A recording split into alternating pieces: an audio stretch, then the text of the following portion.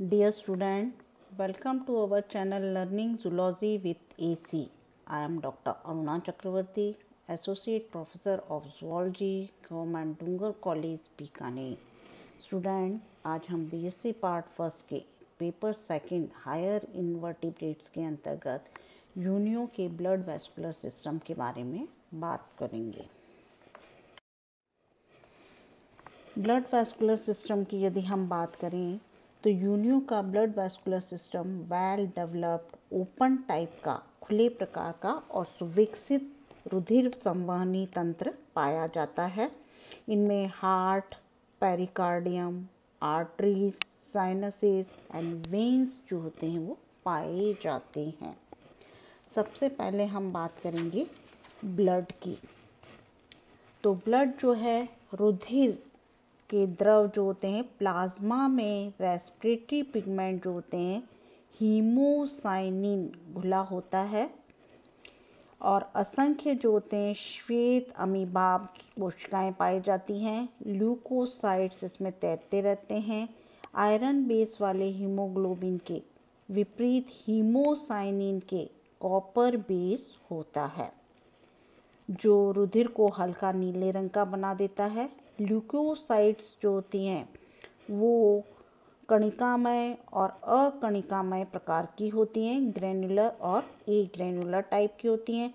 रुधिर जो होता है शरीर के समस्त भागों को ऑक्सीजन और पोषक तत्वों का वितरण करता है और कार्बन डाइऑक्साइड तथा मेटाबॉलिज्म के अन्य उत्सर्जित पदार्थों या अन्य उत्सर्जी उत्पादों को गिल्स, मेंटल और किडनी में स्थानांतरित कर देता है. नेक्स्ट हम बात करेंगे हार्ट और पेरिकार्डियम की. तो डॉर्सल मिड लाइन के निकट, मध्य पृष्ठ रेखा जो होती है इसके निकट में और पश्च अभिवर्तनी पेशी पोस्टीरियर एडक्टर मसल्स के ठीक सामने पतली भित्ति का त्रिभुजाकार कक्ष जो होता है पेरिकार्डियम पाया जाता है, जिसमें हार्ट जो होता है वो हृदय जो होता है वो बंद रहता है. पेरिकार्डियम जो होता है ये एपिथेलियल द्वारा लेयर्ड रहता है. इसमें पेरिकार्डियल फ्लूइड या सीलोमिक फ्लूइड भरा रहता है. यह शरीर गुहा का ही भाग होता है और वृक्कों से होकर अधिक्लोम कक्षों तक जुड़ा हुआ रहता है. किडनी से होकर जो होता है एपीब्रैंकियल चैम्बर तक जुड़ा हुआ होता है. हार्ट जो होता है कॉन्ट्रैक्टाइल होता है तथा 3 जो होते हैं चैम्बर संरचना होती है. इसमें एक जो होता है वेंट्रिकल होता है, 2 जो होते हैं लैटरल ऑरिकल होते हैं. दोनों ऑरिकल जो होते हैं वेंट्रिकल के पार्श्वों में स्थित ट्रांसपेरेंट पारदर्शक पतली भित्ति वाले लगभग त्रिभुजाकार और अधिक प्रसारीय होते हैं. प्रत्येक ऑरिकल जो होता है अपने चौड़े आधार द्वारा हृदयावरण या जिसे हम कहते हैं पेरिकार्डियम की वॉल से जुड़ा रहता है और एक ऑरिक्लो वेंट्रिकुलर एपर्चर द्वारा वेंट्रिकल में खुलता है. इस छिद्र पर एक कपाट होता है, वॉल्व होता है जो कि वेंट्रिकल की ओर खुलता है. दोनों ऑरिकल में गिल्स, किडनी, मेंटल से रुधिर आता है जिसे ये वेंट्रिकल में उड़ेल देते हैं. मीडियन जो होते हैं मध्यवर्ती वेंट्रिकल जो होता है बड़ा होता है, मोटी भित्ति वाला होता है और मस्कुलर चैम्बर होता है जो कि रेक्टम के चारों ओर लिपटा पाया जाता है. वेंट्रिकल जो होता है ब्लड को शरीर पंप करता है और हृदय जो होता है प्रति मिनट 20 से 100 बार स्पंदन करता है. यद्यपि परिसंचरण जो होता है वो मंद होता है, धीमा होता है तथा इस स्थान पर ये स्थानबद्ध जंतुओं के लिए पर्याप्त होता है. आर्टरीज की बात करें, धमनियों की बात करें तो हृदय के वेंट्रिकल में एंटीरियर और पोस्टीरियर 2 मुख्य जो होते हैं एंटीरियर और पोस्टीरियर एओर्टा द्वारा रुधिर जो होता है क्रमशः जो होता है आगे और पीछे की ओर पंप किया जाता है. एंटीरियर एओर्टा जो होता है इंटेस्टाइन के ऊपर से आगे की ओर बढ़कर 3 मुख्य शाखाओं में विभक्त हो जाता है. पहला जो होता है जिसे हम एंटीरियर जो होते हैं पैलियल आर्टरी की शाखाएं जो कि प्रवार पालियों में जाती हैं। दूसरी जो होती है पीडल आर्टरी जो कि फुट में जाती है। और तीसरी जो होती है विसरल आर्टरी जो कि अनेक शाखाओं द्वारा विभिन्न विसरल ऑर्गन्स को रुधिर ले जाती हैं। इनमें मुख्य शाखाएं जो होती है गैस्ट्रिक ब्रांच होती है जो कि स्टमक को, हेपेटिक ब्रांच जो कि पाचक ग्रंथि को, इंटेस्टाइनल ब्रांच जो कि इंटेस्टाइन को, और गोनोडल जो ब्रांच होती है जेनाइटल ब्रांच जो कि जनन ग्रंथियों को जाती है। पोस्टीरियर एओर्टा जो होता है वो रेक्टम के नीचे से होकर पीछे की ओर जाती है। इसमें महीन शाखाएं जो होती हैं पेरिकार्डियम किडनी को, एक प्रमुख जो होती है रेक्टल आर्टरी जो होती है रेक्टम को, और पोस्टीरियर पैलियल आर्टरी जो होती है वो मेंटल को जाती है। नेक्स्ट हम बात करेंगे साइनसेस की। तो कोटर जो होते हैं, धमनियाँ जो होती हैं संपूर्ण शरीर में वाहिकाओं का एक जाल बिछा देती हैं। ये वाहिकाएं छोटी छोटी केशिकाओं न बनाकर अनियमित गुहिकाओं में खुलती हैं जिन्हें हम साइनसेस कहते हैं।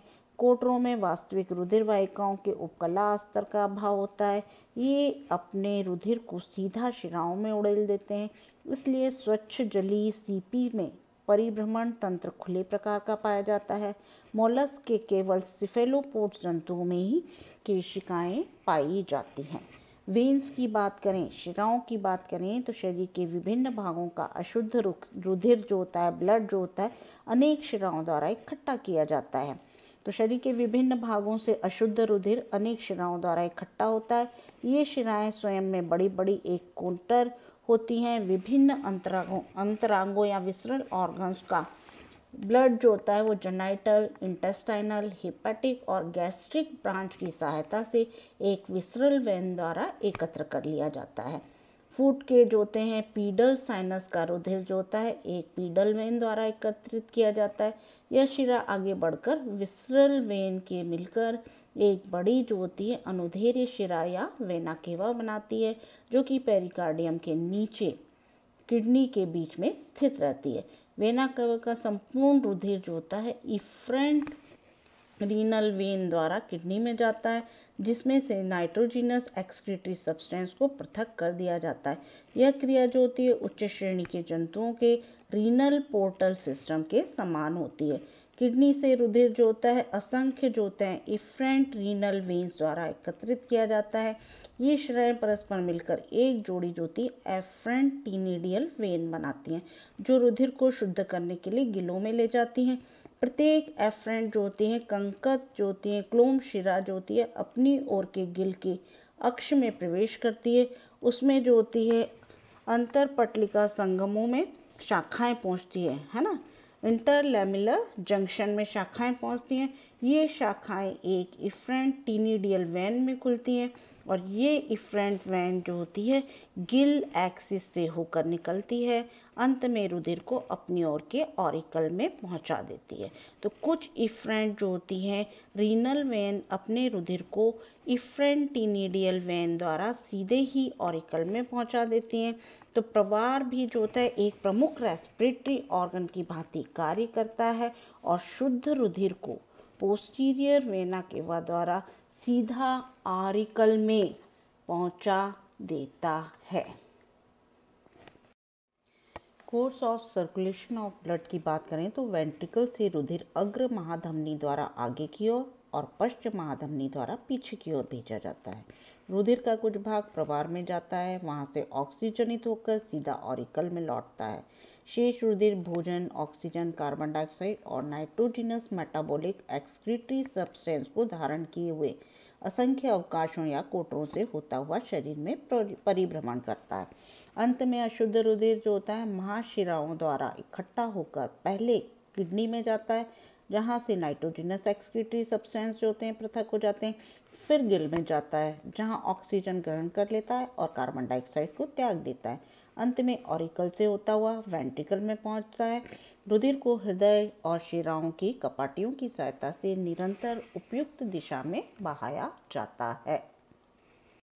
यहाँ पर स्टूडेंट्स ये है सर्कुलेटरी सर्किट दर्शाया गया है जहाँ पर कि वेंट्रिकल वेंट्रिकल से रुधिर एंटीरियर और पोस्टीरियर एओर्टा द्वारा आगे की ओर तथा पीछे की ओर भेजा जाता है। रुधिर का कुछ भाग जो होता है जो कि मेंटल को जाता है, वहाँ से ऑक्सीजनेटेड होकर सीधा ऑरिकल में लौटता है। शेष रुधिर जो होता है भोजन, ऑक्सीजन, कार्बन डाइऑक्साइड और नाइट्रोजिनस मेटाबॉलिक जो होते हैं एक्सक्रीटरी सब्सटेंस को धारण किए हुए असंख्य अवकाशों या साइनस से होता हुआ शरीर में परिभ्रमण करता है।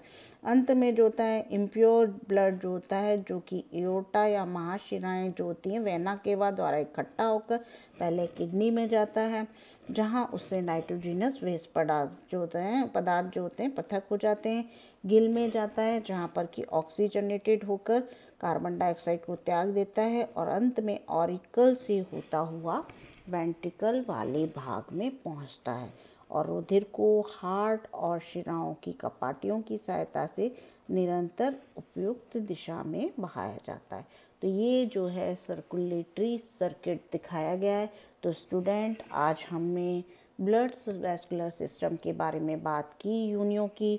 नेक्स्ट क्लास में हम एक्सक्रीटरी सिस्टम के बारे में बात करेंगे। Thanks for watching.